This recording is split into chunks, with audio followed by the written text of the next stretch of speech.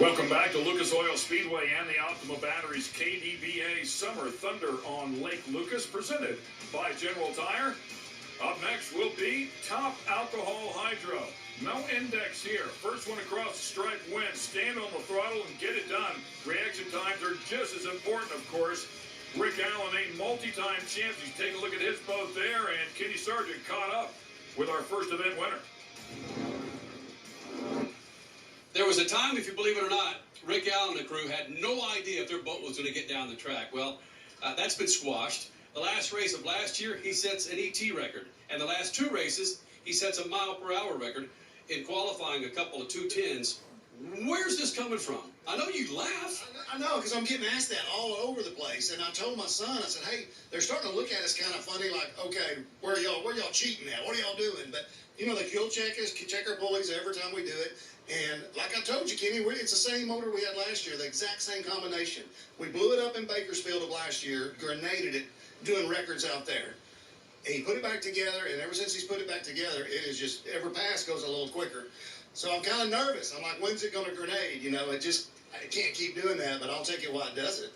Drivers who have success like you, a lot of times they say they feel like they're driving on the edge, and one step over the edge, it does just blow. Are you driving on that edge, or are you pretty comfortable? No, I'm super comfortable. The run yesterday at 210, I got out cussing at my crew thinking they'd missed the tune-up, and it was slow. I'm like, guys, what in the hell?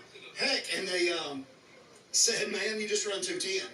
So that's what will happen. Now, you get a bumpy ride, you may only run 202, and you'll think I was really fast, and you'll get out, and it wasn't.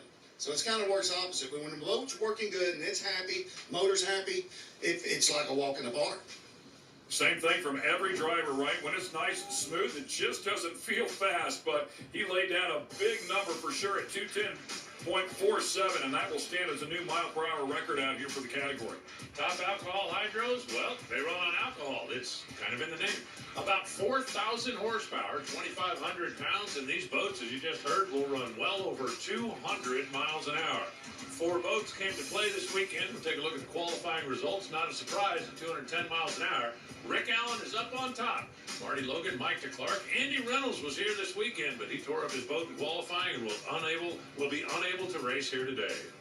Yeah, pretty big margin there from 208.52 to 210.47. For sure, that boat is happy out here. Atmospheric conditions, while it is warm, the air is good, so low grains of water, these guys will be able to make a lot of power. Stuff some fuel in there, stuff some air in there with that blower, and make some big power. There's a multi-time champ in Marty Logan, a guy that can certainly get it done, and you never count him out. Anytime he shows up, he's a player, qualified number 2 out here.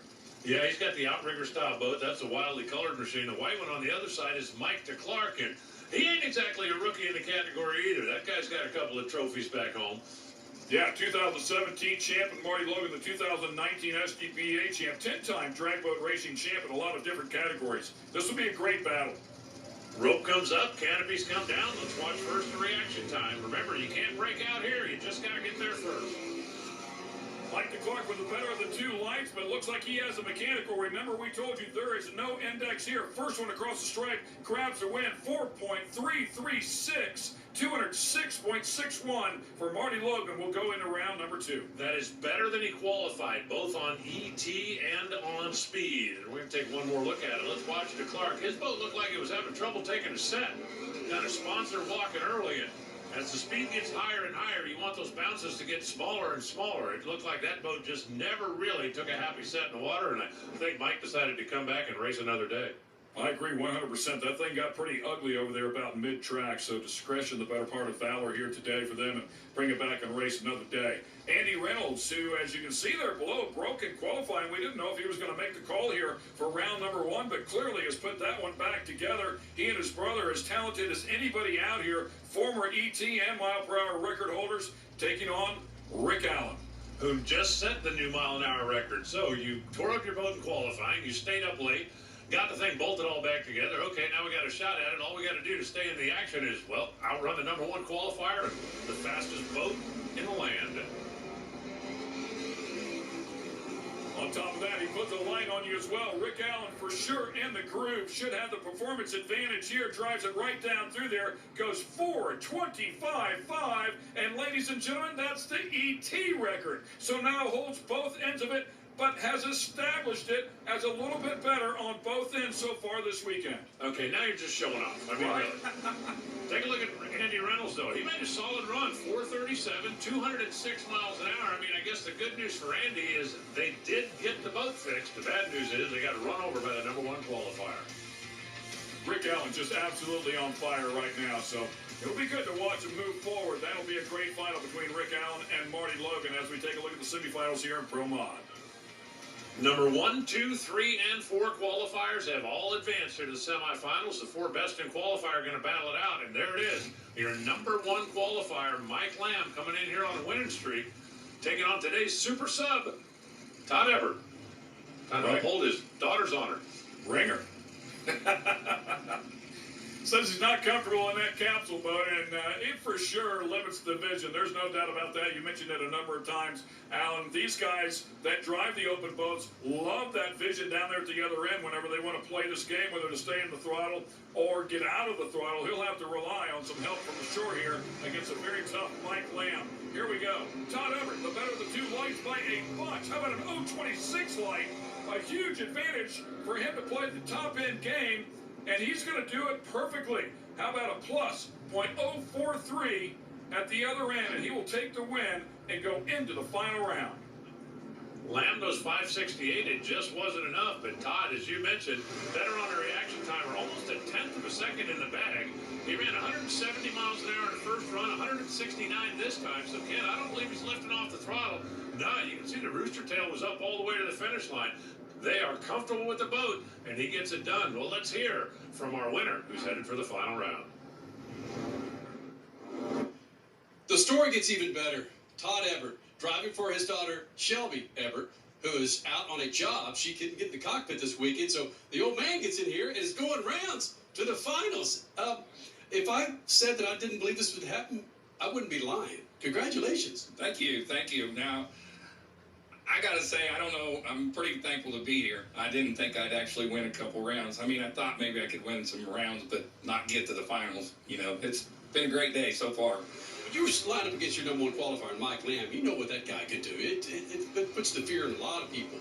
But you did on both ends what you had to do to beat that guy. Yeah, he normally cuts an O light. You know, I might have pushed it a little bit. I cut an 026 light, and I don't even know if the ET was 560 something, I hope. And he was kind of late for Mike Lamb, 0.115 or whatever it was, but I'm just happy. Hey, Ken, I'm curious. Do you think he's up there at the end ramp before he gets in the boat, looking at the other guys going, oh, shucks, I don't know what I'm doing. I don't even belong here. I don't think so. I think he gets in there with a lot of confidence for sure. He's been doing it for too long, but mad respect for the other players in this category, as they all do. As we take a look at Tyler Salzman here, and he'll pair off against Sean Reed.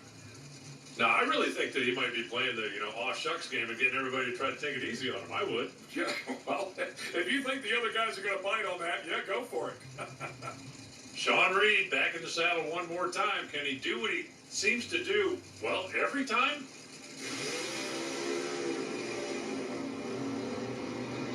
Both green here once again. Reed with the advantage on the reaction timer. Sean Reed way out there, and you don't want to give that guy a look at it. However, in this particular case, how about that? Sean Reed makes a very uncharacteristic mistake. He goes too quick at the other end. 5:56 will be a breakout by 36 thousandths of a second, and hands a win, Tyler Salzman.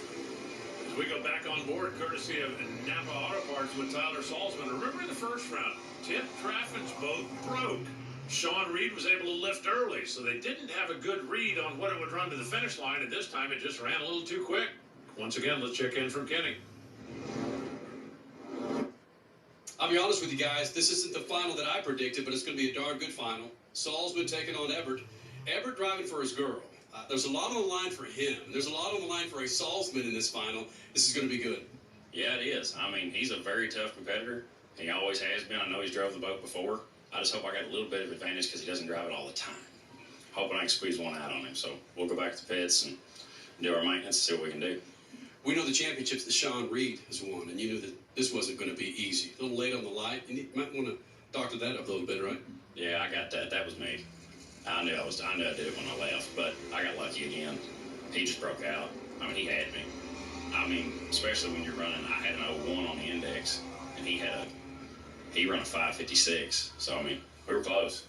There's nobody going to lift on that. So, we'll see what we can do. Clearly, he's not going to bite on the old shucks move. That doesn't sound like it, does it? When we come back, we'll have plenty more action. We'll kick it off with quick eliminators. Stay with us here at Lake Lucas.